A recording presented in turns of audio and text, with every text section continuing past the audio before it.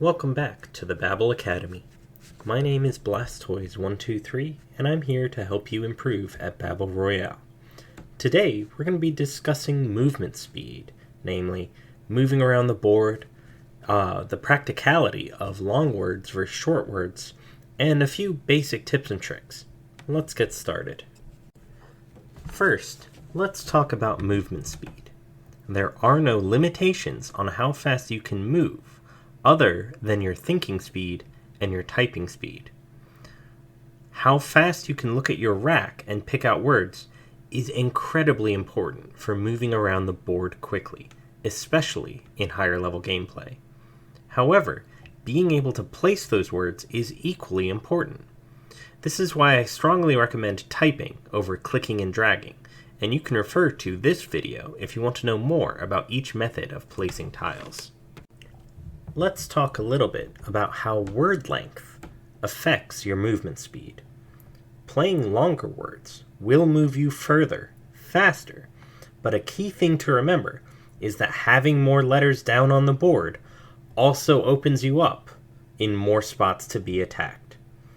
A good practice is to have your next move in mind, whether that is an attack, a retreat, or a bomb or overload to clear some space. Bantam, how dare you not play Batman? Oh, well, actually, no, you probably couldn't have. I just found out that Batman's... What? What? What the frick? What was that? Shorter words, on the other hand, are very aggressive. A majority of your kills are going to come from 2 and 3 letter words, because very frequently you will end up in very close proximity to the other players.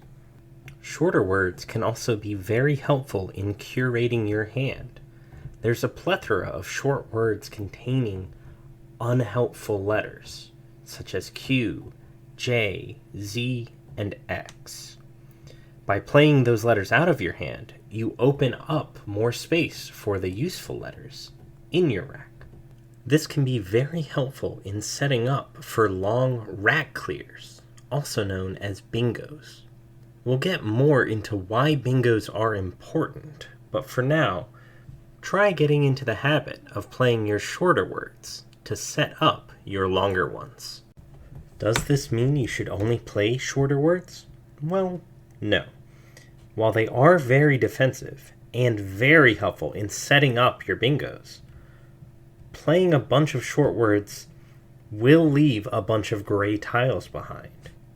These gray tiles can be very much in your way if you aren't careful, and can lead to death by being trapped in an area with no escape and no resources. Something you can try to prevent this is by playing longer words every so often to open up space away from what debris you're leaving behind, and hopefully open up new space for a bingo. I'd like to share a couple tips with you before I head out. Hopefully you'll find these useful. The first tip is a way you can defend yourself against higher rated players. It's not infallible, but it is quite useful. Babble Royale has this really cool feature where you can see phantom tiles of where your opponents are considering putting down their words.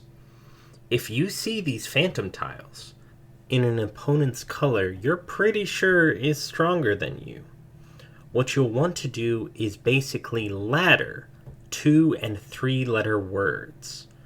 This can throw off your opponent's play, or directly interrupt them even, all while providing you time and or space to prepare a counterattack or a retreat.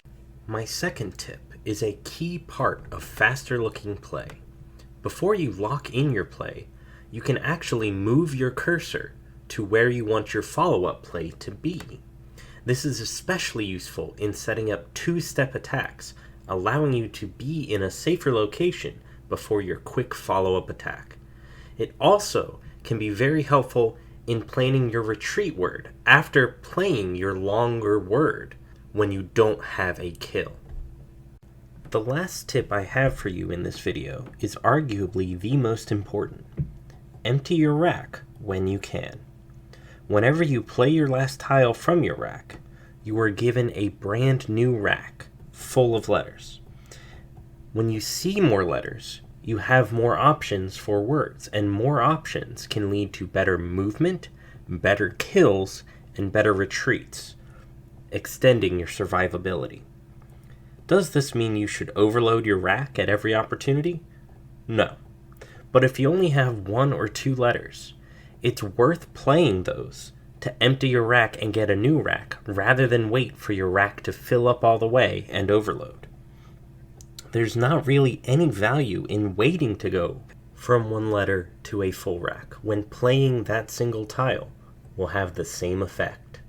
Thanks for watching this video. I hope it helped you or was otherwise informative in some way. If you're interested in more of my content, I stream over on Twitch at twitch.tv/blast_toys123 every Monday, Wednesday, and Friday.